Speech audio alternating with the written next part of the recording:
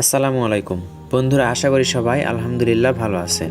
আজকের ভিডিওর বিষয় স্বরবর্ণের অক্ষর দিয়ে শব্দ লেখা।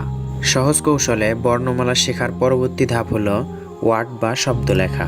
এরপর যথাক্রমে শব্দ এবং তারপর বাক্য। এভাবেই হাতের লেখা ধাপে ধাপে শিখতে হয়।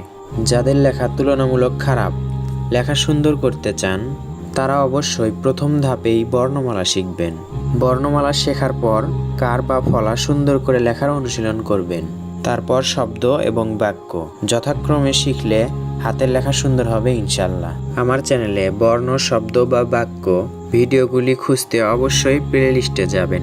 প্লেলিস্টে গিয়ে একটু খুঁজলেই দেখতে পাবেন আলাদা আলাদা করে ভাগ করে দেওয়া আছে, যা খুঁজতে আপনার অনেকটাই সুবিধা হবে। বন্ধুরা, বর্ণমালা শেখার পরবর্তী ধাপে শব্দ লেখার সময় এই রকম বাংলা খাতায় লাইন ভরে ভরে অক্ষর লিখবেন। তাহলে লেখাগুলোর মাপ সমান থাকবে এবং লেখার মাত্রাও সোজা থাকবে। অনেকেই যখন এরকম বাংলা খাতায় লেখা সুন্দর করার উদ্দেশ্যে দাগ ভরে ভরে লিখলে পরবর্তীতে গণিত খাতায় লেখার সময় দেখা যাচ্ছে লেখাগুলো বড় বড় হয়ে যাচ্ছে, যা আপনি মানতে চাইবেন না। তখন লেখা বড় হওয়াটা স্বাভাবিক। একটি অভ্যাস বদলাতে বা ধারণ করতে সময়ের প্রয়োজন। লেখার সময় লেখার অক্ষরগুলো বড় হলে অক্ষরের মাপগুলো সমান রাখবেন এবং একটু একটু করে অক্ষরগুলো ছোট করে নিয়ে আসবেন।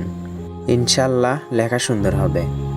আবার খেয়াল করবেন লেখা আগের থেকে স্লো হয়ে যাচ্ছে বা আপনার আগের দ্রুত লেখা এখন এভাবে লিখতে একটু সময় বেশি লাগছে। এক্ষেত্রে মনে রাখবেন লেখা দ্রুত করাটা প্রথম কথা না, প্রথমে লেখা সুন্দর করতে হবে।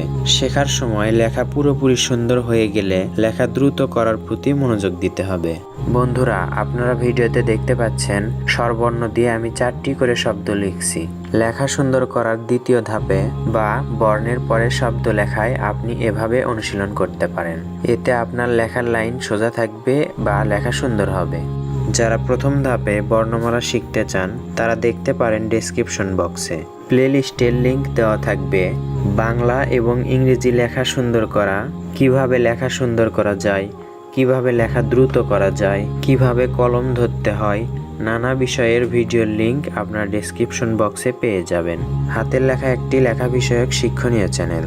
আপনার হাতের লেখা সুন্দর করুন এবং আপনাদের মধ্যে যাদের হাতের লেখা খারাপ তাদেরকে চ্যানেলে আমন্ত্রণ করুন।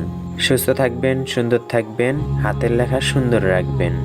ভিডিওটি শেষ পর্যন্ত দেখতে থাকুন এবং আপনার প্রয়োজনীয় ভিডিও পেতে কমেন্ট বক্সে কমেন্ট করে জানাবেন।